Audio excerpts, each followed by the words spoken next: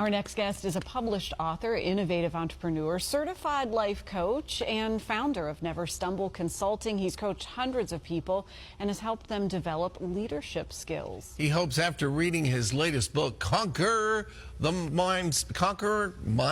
try again. I got to conquer this. Conqueror the Mind. I still aren't doing it. Conqueror Mindset. There we go. Conquer the Monster. Sorry, segment's over.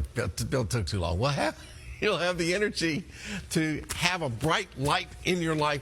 Good to see you, sir. Welcome. Thank you. Thank you for coming in. Rob Roberts is here with us again today. And you're going to conquer the monster. One of my favorite bands had a song out a couple of years ago called Keep Your Monster on the Leash. Wow. Yeah. So, look, I'm having a day. He's sticking with it, and that's a big part of it. He's conquering this monster. Oh, he's fighting. He's fighting hard. Yeah. Oh, yeah. Rob, it's good to have you back.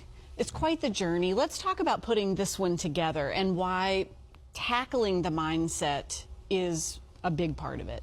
Yes. Well, back in the 90s, the late 90s, I actually started counseling and doing a lot of counseling treatment teams and with counselors and therapists and just professionals from around the world. And I noticed something. It was kind of like that movie Groundhog Day, right, with Bill Murray. It was the same thing over and over and over again. Every single person received the same verbiage, the same language. Oh, that makes sense. Tell me more. Thank you for sharing that with me. Oh, I get it.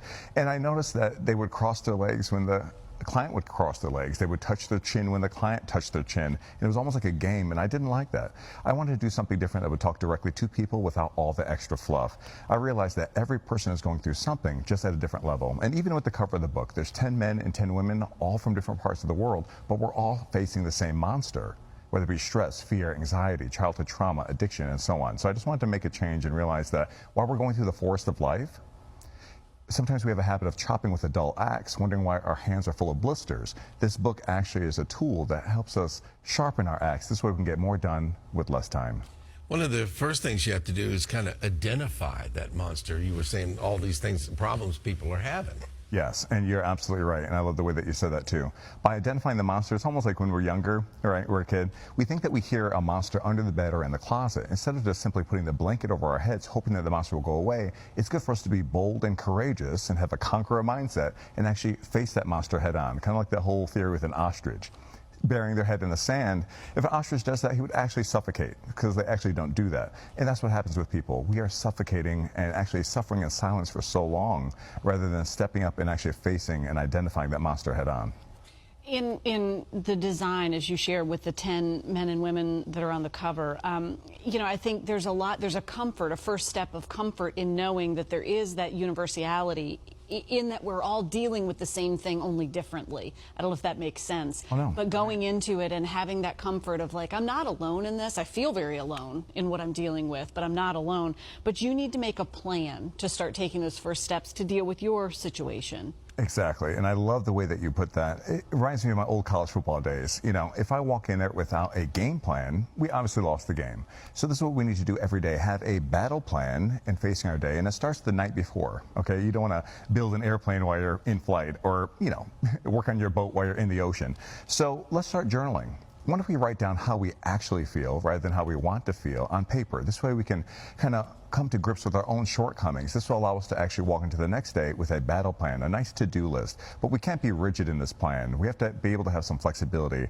It's almost like in the road of life, if we see a detour, it's okay to take that detour and realize that we'll get to our destination, rather than be so rigid in our plan that we end up doing what we want to do with pride, and then we end up driving into a ditch. Literally went by a detour sign yesterday from the rain, and I'm like, oh no, this is the way I go. Literally, when it got down to the end, then had to turn around and go back and follow the detour sign. Wow. And I like it. Like, we could wander in the wilderness for 40 years, but honestly, you know, we'll never reach the promised land unless we do it the right way, not our way. All right, and then you have to actually, as I didn't do, take appropriate action to make it happen. Yes, and I like that too. It's not just taking action. You hear a lot of therapists and professionals say, oh, count to 3 and just do it.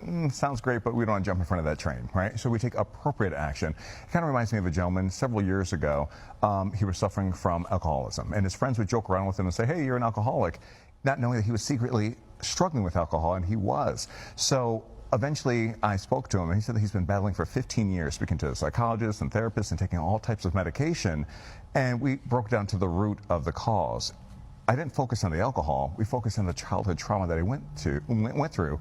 And this way, he went to alcohol almost as a default, as a stress release, as a coping mechanism. So once we handled, say, the base of the fire, we weren't distracted no longer by the smoke and by the flames. It's almost like a fruit. Instead of focusing on the fruit, we have to focus on the root and the root cause. All of us are deeply rooted with skills, abilities, talents, things that are just precious in life. And anything that's below the surface at the root, this is what gives us a strong foundation, almost like diamond or gold or rubies or oil. Sometimes we have to dig in deep and find out that value, that rarity within us. Rob, we're out of time, but this is getting really positive reception. You also said it's available as an audiobook, too. So no matter how you like to consume these words of wisdom and this insight, available both ways. Yes, ebook, audiobook, of course, physical copy. And I just want to say that, victory, it's waiting for us as soon as we have the courage to walk in it. It's not an easy path. Great advice. Rob, thank you so much. Appreciate you being back with us. Thank you. For more information, visit virginiathismorning.com. And stay right here. Our live show returns right after this break, and Everywhere You Are is coming up next.